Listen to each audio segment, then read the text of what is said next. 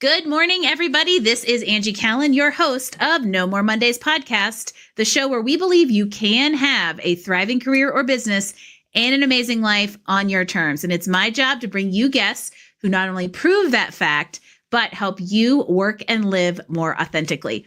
For all of you listening out in podcast land, I do want to remind you that we come to you live every Monday morning via LinkedIn. So if you want this conversation as fresh as you can possibly get it, join us on LinkedIn at 10 a.m. Mountain, noon Eastern every Monday morning. And today we're tackling a biggie, everybody: perfectionism. People pleasing, fear of failure, imposter syndrome, heck, even fear of success can all be attributed to the need to be perfect. But here's a giant newsflash: no one is perfect. We are all flawed. And today you're going to hear from the guy who literally wrote the book on that fact. Greg Chasson is a PhD professor, psychologist, and award-winning author of Flawed: Why Perfectionism is a Challenge for Management. If you are sick of getting or being stuck, sabotaging your productivity, or just sick of being in your own way, this is a conversation that you need. So listen in, because Greg and I are going to rock your world when it comes to perfectionism. So Greg, welcome to No More Mondays. Thank you for having me, and good morning. Yes, I am. I love this topic. I feel like there's generational aspects that contribute to it. High performers fall into the perfectionism trap. And while there is good, a lot of times it holds us back more than we realize. And so I want to just kind of get right into it and use the title of the book as inspiration. Why is perfectionism such a challenge for management? I think it's a great question to start with, because it really helps to orient people. I think most people have the assumption that perfectionism is helpful or a good trait. In fact, you see sort of the lighthearted joke around what is your greatest weakness when you go on a job interview, and everyone spins their weakness and says perfectionism because they think it's a strength. And they're not fooling anyone at this point. But the problem is that perfectionism is much more complicated than people realize. And in fact, it can be very debilitating for people, and it can cause major issues for leadership. And I think that's why this book can be so valuable, and why perfectionism needs to be a topic on people's minds, because it can really slow down productivity. It can really get in the way of a workplace. It can cause resentment. It can be a real problem. And I think this is a very relevant conversation to some of the shifts we're seeing in the workplace today, and that movement from, or maybe let's say the demand of a movement from, what I would call the previous kind of autocratic environment that I would say perpetuated perfectionism, and into something that's a little bit more collaborative, putting people in seats where their strengths are leveraged, and hopefully backing off some of what can very much be this expectation or standard of which nobody else can reach. And I'm sure that's something that you've seen as you've been out researching and putting this book together.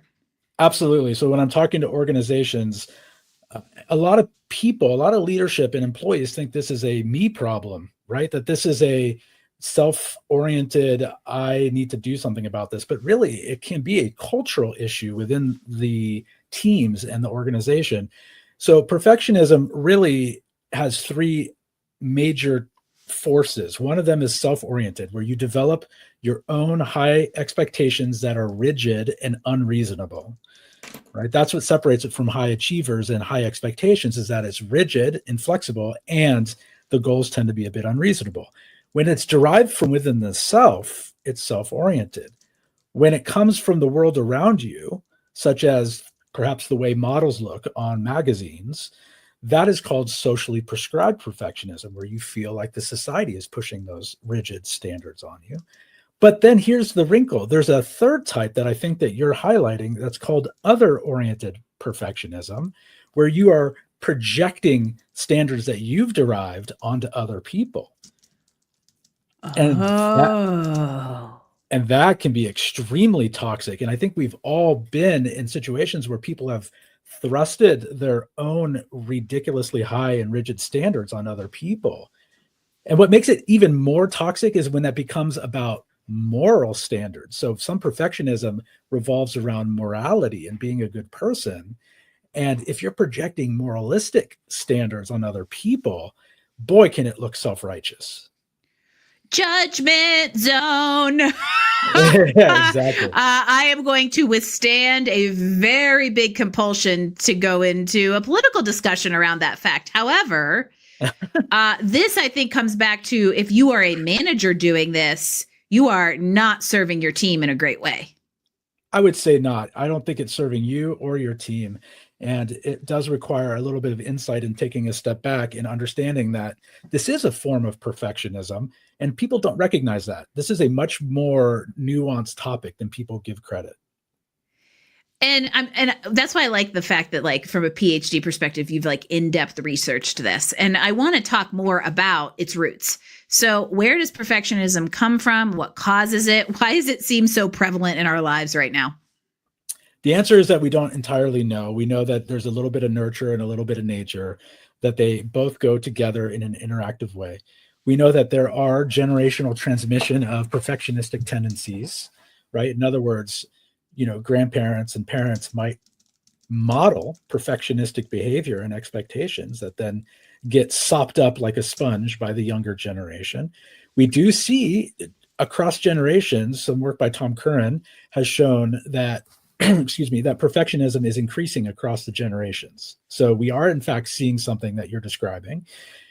I do think we see it in nurture as well. A lot of cultural components, a lot of toxic achievement mentalities, a lot of, pushing our kids to do everything perfectly and to do everything comprehensively.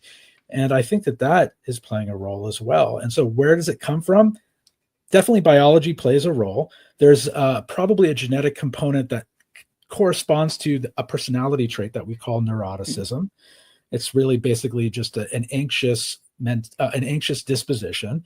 And I think that is what tends to be genetic. And then that gets mixed in a negative way with some of these environmental ingredients, like a toxic achievement culture and parents and grandparents that might be modeling a certain behavior, to yield, a perfectionistic state. And then I'm going to take that even one step broader, that I would be curious to know how social media has played a role in this, especially in that socially prescribed kind of extrinsic factor of perfectionism, because we all know what we're seeing on Facebook is everybody presenting the good and never presenting the ugly. So it can give you this perception that everybody's lives are perfect. And so now we have yet another standard to meet. How have you seen that come into play? Absolutely. I think social media is a huge platform for perpetuating perfectionism, which is hard to say. Perpetuating perfectionism. Say that 3 times fast. Perfectly. Perpetuate. Yeah. So it's, I think that it depends on the platform, right? But Facebook is in particular, we don't tend to post things that don't look good for us. LinkedIn, as much as I love LinkedIn, not to badmouth it, but I think it's also a place where we put our best foot forward from a career standpoint. And so I think that social media is causing more of the same, if not exacerbating the issue. And what I find really interesting is, I agree, the marketing 101, you're not gonna market yourself based on the skeletons in the closet. And I'm not saying go air them necessarily on a public platform, because that could do more harm than good in various ways. But there is something to be said about vulnerability as the antidote to perfectionism. Absolutely. So a couple of things that I think about. There was a recent movement where people in my field that were doing research and submitting grants to the NIH were posting about them not receiving the grant, or what we call not funded, which means that you were in the bottom 50%. Now, grants are funded at 5 to 10%. They are extremely challenging to get through the NIH. And it is absolutely the norm to apply for 10 grants and get maybe one if you're lucky. But nobody ever posts about the failure. So there was a recent movement that I saw on social media for people to post all of the non-funded projects. And I was just sort of feeling liberated by that. But we just don't see enough of that. This is like the no makeup pictures on Insta or on Facebook. I think that there is room for vulnerability. It's just not the main drive that we see on these platforms. The no makeup stuff I love that a bunch of people trying to get funded for their research on perfectionism are showing the imperfections of the funding process. I love it. And we're starting to talk about a little bit of the flip side of the coin here. And that is there are redeeming qualities of perfectionism. And so we don't want to sit here and just, beat this up like the printer on Office Space necessarily. What do we have to gain through some of the positives of perfectionism? That's a great scene, by the way. Love it. I just gave everyone a visual throwback to 1999. Love it. Love it. And the song playing in my head. Yep. So yeah, there are tremendously positive qualities for people with perfectionism. I do not want this to be a witch hunt. In fact, I would think that eliminating perfectionists from your workplace is an awful idea. They bring some of the best qualities to your workplace. This includes loyalty. Tend to see a lot of loyalty. We see a lot of honesty. Remember, we talked about the moralism before. Well, that can actually have a good side to it, in that we tend to see a little bit more of an honest approach to things. Really good attention to detail. I'm a firm believer that we need teams that have complementary skills, that not just big picture thinkers, but also detail oriented masters, because we need all of this. We need people that will keep an eye on the details. There's nobody I would want on my team looking at the details more than a perfectionist, right? Whereas a big picture thinkers, maybe a perfectionist that would not be their best role. And then we have the hardest working person in the room, right? They've doubled down, tripled down on everything that they've done since they were a kid. They know how to work hard because that's how they've gotten to where they are. So they are the most industrious person that you're going to find. And lastly, the most positive trait that has a strong positive correlation with perfectionism is conscientiousness. And so I personally, if I had to pick one ingredient in a team member or somebody that I lead, it would be conscientiousness.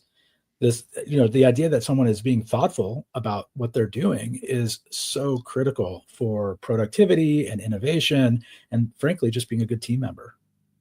I loved how you framed the hard worker, the striver, in a positive way of industriousness. By the way, I wanted to point that out, and the conscientiousness of just like being a human that's a big platform for me right now, is be a human.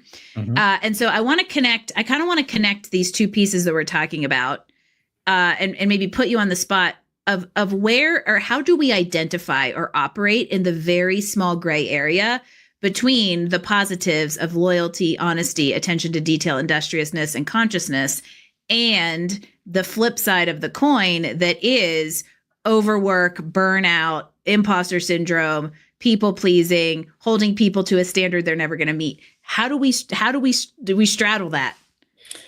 It's a great question, and I don't know that it's the right question, because it's not a zero-sum game. In reality, you can minimize a lot of the damage and things that perfectionism causes without really sacrificing a lot of the positives. And so I think that's a good message for people to understand, is that you don't need to give up loyalty and honesty and conscientiousness if you're going to combat all the negative stuff that comes with perfectionism. So you really can have it all, right? You can be the best worker in the room, and you can keep all those good traits as well. And so I don't know that it's about finding that middle ground. It's about identifying the ways in which you're being perfectionistic. And I have ways of identifying that in the book. And it's a common thing I go over when I speak with organizations. Like, how do you identify this, both in terms of your workers and then also in terms of the people that you're trying to hire, right? And what do you look for? But in reality, you can start to do things, and there are strategies for changing the culture from the top down in the organization, as well as working from the bottom up with individuals that might struggle specifically with perfectionism, fear of failure, imposter syndrome. And so between top down and bottom up processes, you can help somebody with strategies for essentially minimizing the damage from perfectionism, and then grasping onto all the good stuff and really leveraging it. I love what you said about this not being a zero-sum game. I'm going to equate that to the fact that there is no such thing as work-life balance. There's an equilibrium that you find, and you kind of find ways to cope or keep checks and balances of the negative in place so that the positive shine. And it sounds to me like a lot of that in this particular topic is around the mental aspect of it and the perspective that we bring to either our own perfectionism, our team's perfectionism, or our environment, right? Absolutely. I think a lot of it is mindset. A lot of the book is about changing and shifting one's worldview. In fact, if you end my book without having a shift in the way that you see the world, not just work, I don't know that I've done my job. And the feedback I've been getting about the book, it has been very much that this has completely flipped their idea upside down of how to approach the world. It's from prioritizing and not getting stuck in process paralysis to not over focusing on rules at the expense of the underlying principles. There are ways of approaching goals and rigid thinking in a way that can loosen those using approaches that are a bit counterintuitive. I talk a lot in the book about an approach based on my world and research on exposure-based approaches to treatment, where we then apply that to the workplace, doing exposure-based exercises like making mistakes on purpose. And when I tell people that, it kind of blows their minds. Like, what do you mean make mistakes on purpose? I get making mistakes is okay, but you want me to actually make them on purpose? Immersion therapy, everybody. Immersion therapy. Yeah. And it's not like I'm having a heart surgeon go in and put a lung where a heart should go. But instead we start small and we work our way up. And, you might send a typo in an email. You might send this message to Jim in receivables instead of Jim in accounting, right? Or the thing that, of course, I've never done, which is forgot the attachment on an email and had to reset. Never.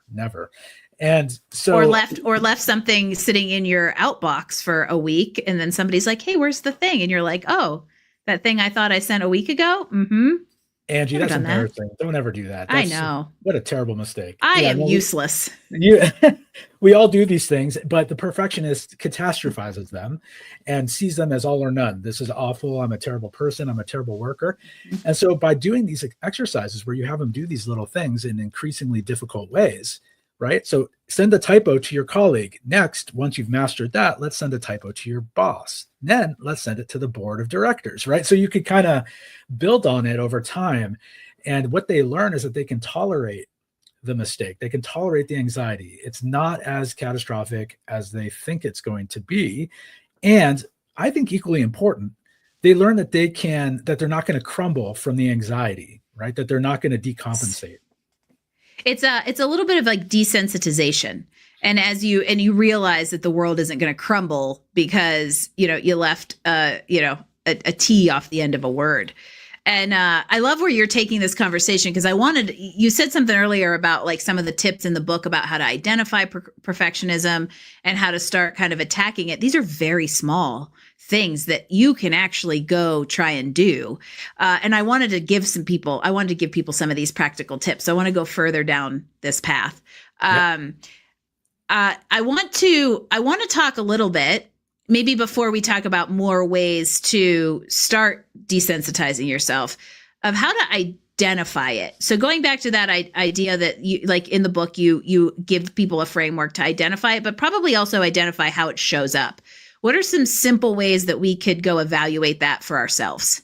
Yeah, there are quick hacks, and then there are things that are just more core to a perfectionist presentation.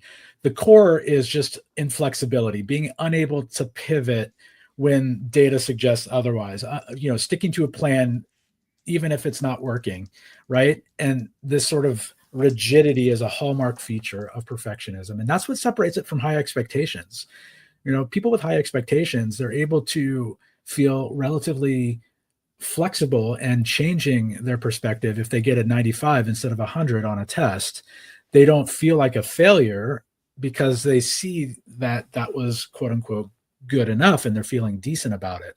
Whereas a perfectionist is going to feel very much in an all or none rigid way that they failed and that's not good enough. And that the perfectionist really struggles to take praise and positive feedback. They might dismiss it. They might not believe it. And these are common things that you see in perfectionism, and they are red flags for perfectionists. The other thing that you can look out for are just common features like the not just right feeling. We call them NJRS or NJREs, not just right experiences. The idea that you're working at something until it feels just right, and that you're not done until it feels that way. It's sort of like a threshold, a gut reaction threshold. And the problem is sometimes it never comes, or it comes way later than it should. And so the perfectionist, because of that rigidity, will keep working until they get that feeling. Whereas somebody that's not a perfectionist will say, well, it doesn't feel right, but that's okay. I'm going to stop. It's good enough. So 80-20 rule, everyone. 80-20 rule. 80-20 rule. And so you look for these kinds of things. You look for, people who might hold others to rigid standards and expectations and become a bit sanctimonious about how they approach people and things.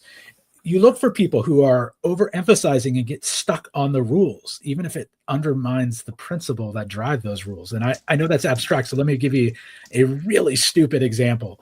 So imagine you're at a community pool. I know it's getting into wintertime, so this is a bit of a fantasy at the moment, but you're at a pool and a kid is drowning in the deep end. Nobody sees it, and you have to run to save them. But you decide that you can't run because you just ate within 30 minutes of being at the pool. And the rule on the sign says that you can't do running. that. But what is the underlying principle of that rule? Well, public safety. We don't want people puking in the pool, right? That's just not good for anybody. And so, but what is the problem? Well, you just tried to preserve public safety by not puking, but you let a kid drown. So basically, the public safety issue, you just threw that out the window for this poor child. And so you are overemphasizing a rule at the expense of the underlying principle that drives that rule. And I see this in a workplace setting almost constantly. People get hyper focused on these rules, and it undermines all sorts of principles and values that drive healthy workplace. Yeah, like process it. I will take that and apply that to the workplace as process for process sake instead of process for productivity's sake. And the personality tendencies fall into one side or the other. I've definitely seen that, where some people want like a 57-step rule that every single person follows, yet the bigger picture thinkers that are maybe more creative are like in the wild, wild west. But there is a happy medium to achieve here. There's a happy medium. And again, having multiple people on a team can help balance that out. And I would say all the extremes, as you're alluding to, can be quite problematic. And my book focuses on the people who tend to gravitate a little bit more towards the extreme side of being overly systematic and rule driven and rigid versus the wild, wild west of everything goes, nothing goes, right? And so the book is not meant for the extreme cases. I see those in my clinic at the University of Chicago, where I run a clinic, because it can get so severe that people need to come get treatment for it.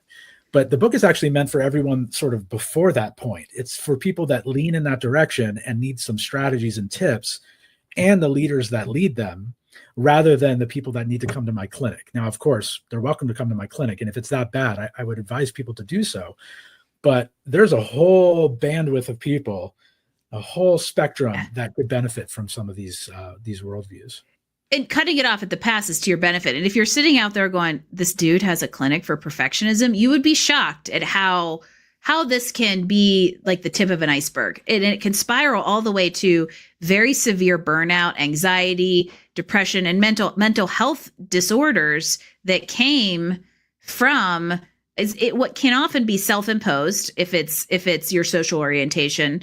Or I've seen workplaces toxic workplaces create this environment for people that just holds them to a standard that psychologically they can't deal with. Don't be one of those people. If you're in a leadership position, don't be them.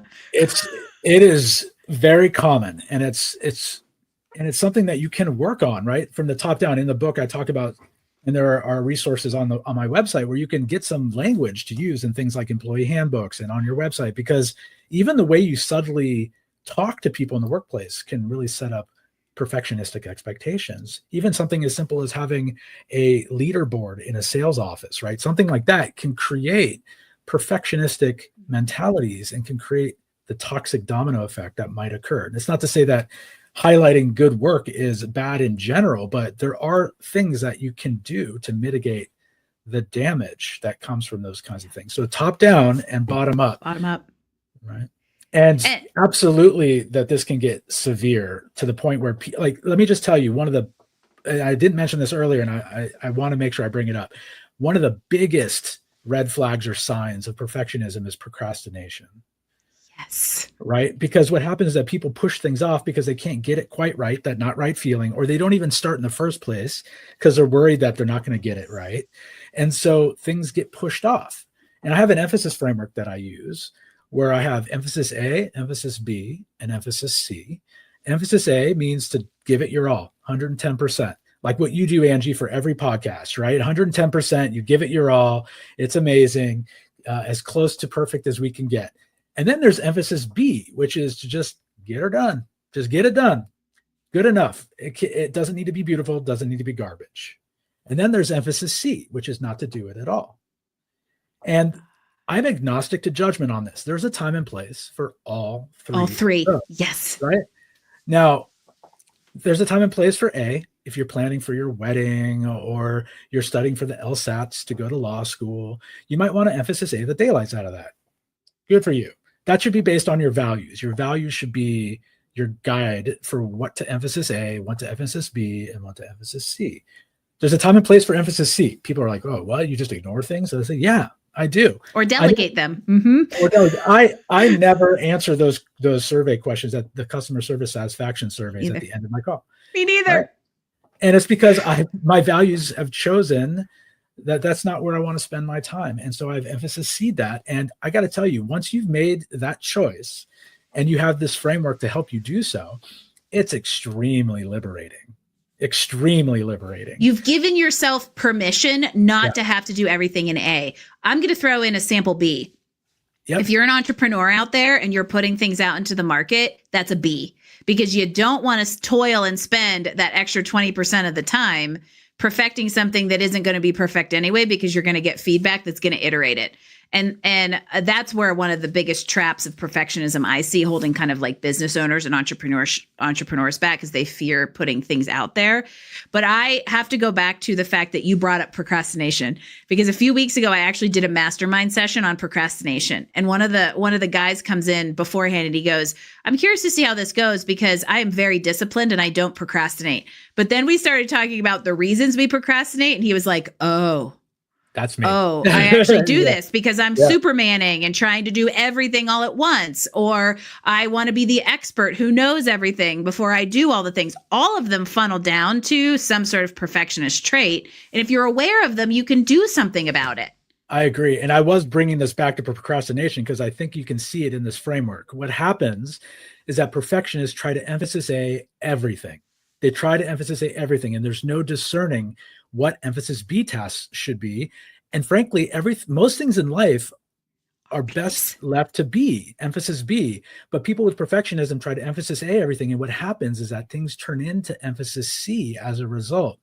They get pushed off and never done. And the problem is, it's not your values choosing emphasis C, it's your perfectionism. Yep. And so it really is this pattern, emphasis A to forced emphasis C, that really is procrastination. And so it's this common pattern that I think is paralyzing for people, including entrepreneurs who are trying to launch a product. I work with entrepreneurs and I see this a lot. There's this fear of failure, which is partly what perfectionism is tied to, and they're wanting to perfect something. But as you indicated, how often is the product you put out there never iterated on? I would say 0. 7 years later, mine are still being iterated on. Right. The ABC thing, I don't know why this just popped into my head. My dad was my high school math teacher, and he always used to say, Ange, B's are good grades. Mm-hmm. So in the ABC framework, B's are good grades. That said, I never got them. I only got A's because I was a perfectionist, but I can also tell you that you can recover from it and find the happy medium between the A, B's, and C's. Because I think without even realizing it, that's probably a framework I follow subconsciously. And so that's another good message here is you can begin to retrain your brain if you're intrinsically creating this environment for yourself. You can retrain your brain on how you look at external factors, and you can retrain how you interact with others if you're projecting your standards on other people, which brings me to a tiny little thing I want to leave everyone with. I would love to give everybody a tip on how they can, one small thing they can do to improve doesn't feel like the right word, address each of the three types of perfectionism. So like a little tip if you find yourself being self-oriented, a little tip if you fall victim to the social prescribed perfectionism, and a little tip if you are projecting on others. So for the self and the other oriented, actually this works for all three of them. I'm happy to break it down, but I would say a very concise thing to look out for if you want the biggest bang for your buck is to look out for the should statement, the ought to, must. There's a famous psychologist, Albert Ellis, long since passed away, but he used to say, stop masturbating, M-U-S-T, right? Because I love it. And then there was another psychologist, Clayton Barbeau, who used to say, stop shooting all over shooting on yourself. I've heard that one. Yeah. And the idea is that should statements set up these perfectionistic expectations that are rigid and excessive and all or none. And they are coming from either you or this perception of society that is not really necessarily backed up by reality. And they are by far the most common but debilitating compasses that people use to go through their day. And so if you're projecting this onto other people, you're projecting it onto yourself, or you see it being projected onto you by society, and you see it as a should statement, that should be a clue to you to take a step back and say, what are my values telling me? Where's my flexibility here? What's really important? You don't have to wear this as a badge of honor. No, definitely not. And I think we oftentimes do. And so here's my summary for this episode, Greg. You ready? I'm ready. Stop masturbating and shooting all over yourself, and sure as hell better not do it at the same time, because you can have it all and you can leverage the positive aspects of perfectionism and keep the negatives at bay, whether you're controlling your own environment or creating an environment for everybody else. This could be a 12-hour episode, because this is a topic I love so much, because it just is, it's awareness is a really big aspect of, I would say, addressing it and improving our environments because of it. And Greg has amazing resources out there, I would say, to build awareness, identify, and start recovering from the perfectionist tendencies. So Greg, tell us where we get to learn more from you. I know you've got some exciting things coming out, so plug it all, because every single one of you listening and not listening needs it.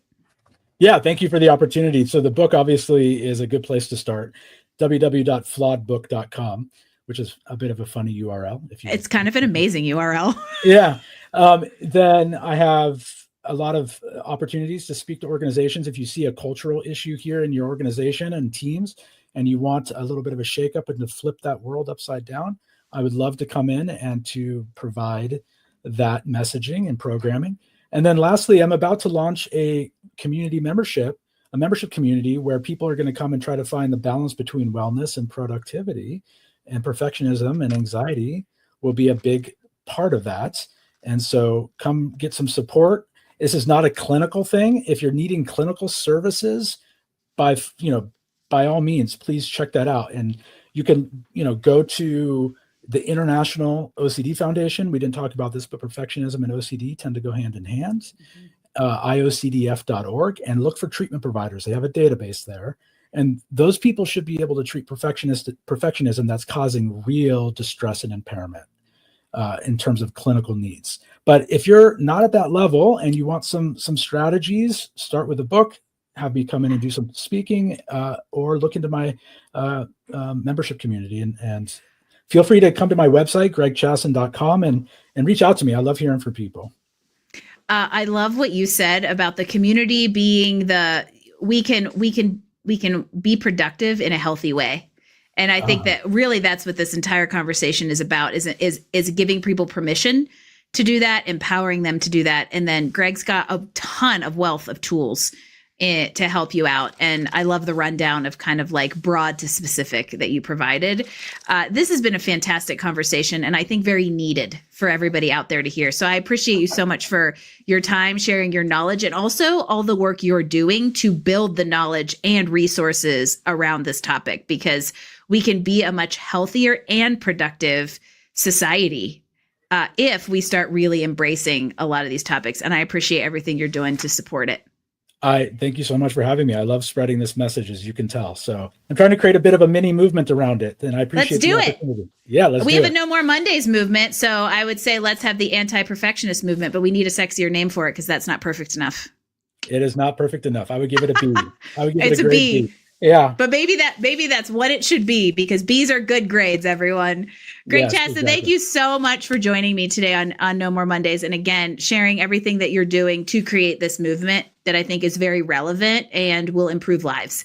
And I hope all of you out there really take everything we talked about to heart. And if you had a little bit of an eyebrow raised throughout here and something struck a chord, check out Greg's book, his website, and the community he's launching, because there is help out there for recovering perfectionists like me. Absolutely. So if you're looking for details on the episodes, we will put the links in the comments of the LinkedIn Live and get it up on nomoremondays.info. If you want to be able to link to everything Greg mentioned, make sure you follow him on LinkedIn, follow Mila on LinkedIn. If you're listening to this in Podcast Nation, leave us a review because Greg and I are amazing. And until next week, everybody, I hope you have a great week. Keep perfectionism at bay. See, I didn't even say it perfectly. And I will see you all next week for another edition of No More Mondays podcast.